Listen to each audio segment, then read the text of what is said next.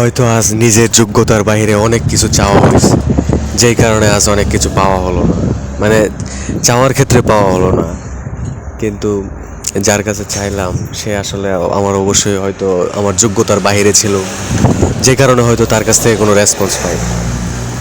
তবে সব সমস্যা নাই, সব ঠিকঠাক থাকুক, কিন্তু মানে যোগ্যতা, পরিস্থিতি, পরিবেশ অনুযায়ী আমার যেটুকু পাওয়ার দরকার আমার হয়তো আমি সেটুকুই পাইতেছি, এর বেশি কিছু পাওয়া সম্ভব না। কারণ কি, চাইছি কিন্তু পাইনি, পাওয়ার বদলে উল্টো আরও নানান মানে অনেক কথা শুনতে হয়েছে, ঠিক আছে, যেগুলো আসলে মানানো যায় না। কথা বললে কথা শোনানো যায় না, কোনো কিছুই মানে তার পক্ষে আমার দ্বারা আমার আমার তারে দিয়ে আমার পক্ষে কোনো কিছু সম্ভব না।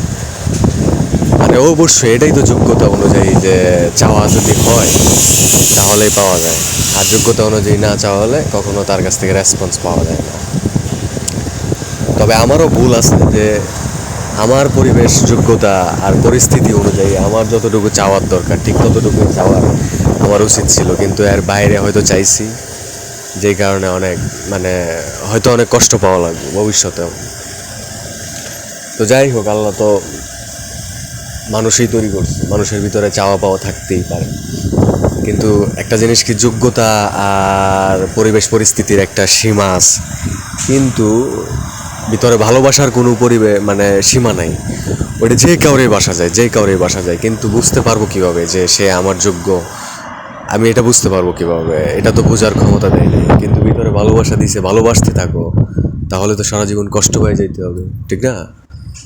কিন্তু এখন কি করা, কিভাবে বুঝবো যে সে আমার যোগ্যতা অনুযায়ী, মানে সে আমার জন্যই মানে একদম তৈরি আছে, এটা কিভাবে বোঝা যাবে? এটা যদি কোনোভাবে বোঝা যাইতো তাহলে হয়তো অনেক ভালো হইতো, তাহলে তো কষ্টও পাওয়া লাগতো না, আর এত মানে কারোর কারোর